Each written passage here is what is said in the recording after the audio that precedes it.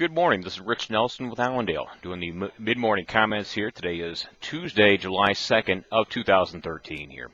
We do have a little profit taking going on this morning. Looks like corn is trading up around 4 cents, soybeans up about a nickel, and wheat up around 10 cents higher for the day right now.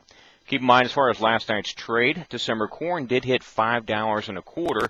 That was a new low by about a quarter cent. Soybeans did hit a new low at one point in the trade as well here. As far as news to speak of, yesterday afternoon's crop conditions report did show corn conditions up 2% to now 67% good to excellent. Keep in mind, this is actually now above the 5-year average of 64% for this particular week. Soybeans, a 2% increase as well in conditions to now 67% good to excellent here. And just like corn, this is actually above the 5-year average as well, which is only 59% good to excellent right now.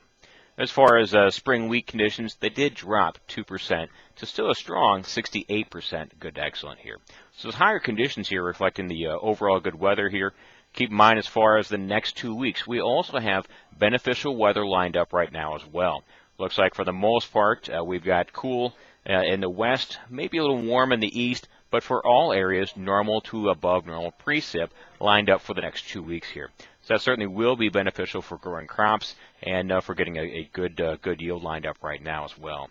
Also, keep in mind on Sunday, NOAA, the government's weather agency, did suggest that for the whole month of July that we're going to look at normal temps and normal precip here. Now, having made these points here, there is one new thing on the weather front that some meteorologists are having an argument about here, and that is whether this heat, which is currently locked in the far west around that Nevada area right now, whether that may move over into the western plains here, possibly into the third week of this month. And that will be something that we'll be watching very closely here. Not all forecasters are in agreement with it, but it is something that that certainly Drew Lerner, our main favored forecaster, is suggesting could happen here. So that's something we'll be watching very closely here. Now, as far as Allendale's research, yesterday we did point out that the current pollination schedule is supposed to be the largest during the week of July 19th through the 25th. That's when 35% of the crop, of the nation's crop, will be pollinating. The next week, the 26th through August 1st, that's when 21% of the crop will be pollinating here. So we do have some very important issues here lined up in the second half of this month here. As far as the acres argument, keep in mind Allendale's research yesterday did show that, yes, USDA will go back and address this acreage issue that many producers are arguing with USDA about, but that will not happen until the October report. That's when USDA's own surveys are compared against the Farm Service Agency's insurance-based numbers. So yes, USDA will make this acreage adjustment here, but it won't be till the October report when they make these comparisons against insurance here. So as far as overall, we still have some very negative fundamentals lined up here for grains. We are seeing some profit taking, certainly as we get corn right at this magic $5 psychological level here. Also keep in mind at this $5 mark, this is where a lot of these break-evens are getting tested right now. Most producers have cash corn break-evens anywhere from $4.60 to up into the $5 range. So certainly at $5 futures, we are hitting a lot of areas which are getting uncomfortable for many producers here. Over on the livestock side, looks like a little lower trade right now for hogs. Last quote I have right now is 22 cents lower for the day.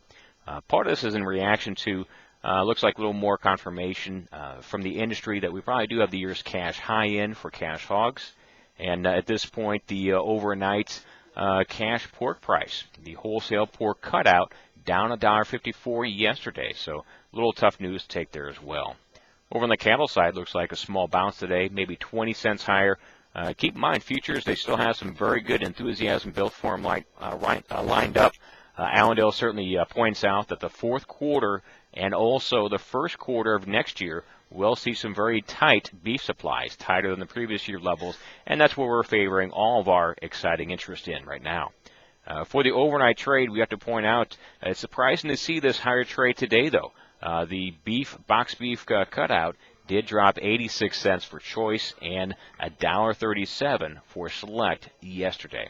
And also for livestock, as most of you know, of course, We will have quiet plants on Thursday, of course, with a holiday, and we do have some build up in the Saturday slaughter as an attempt to make up for that shortfall here.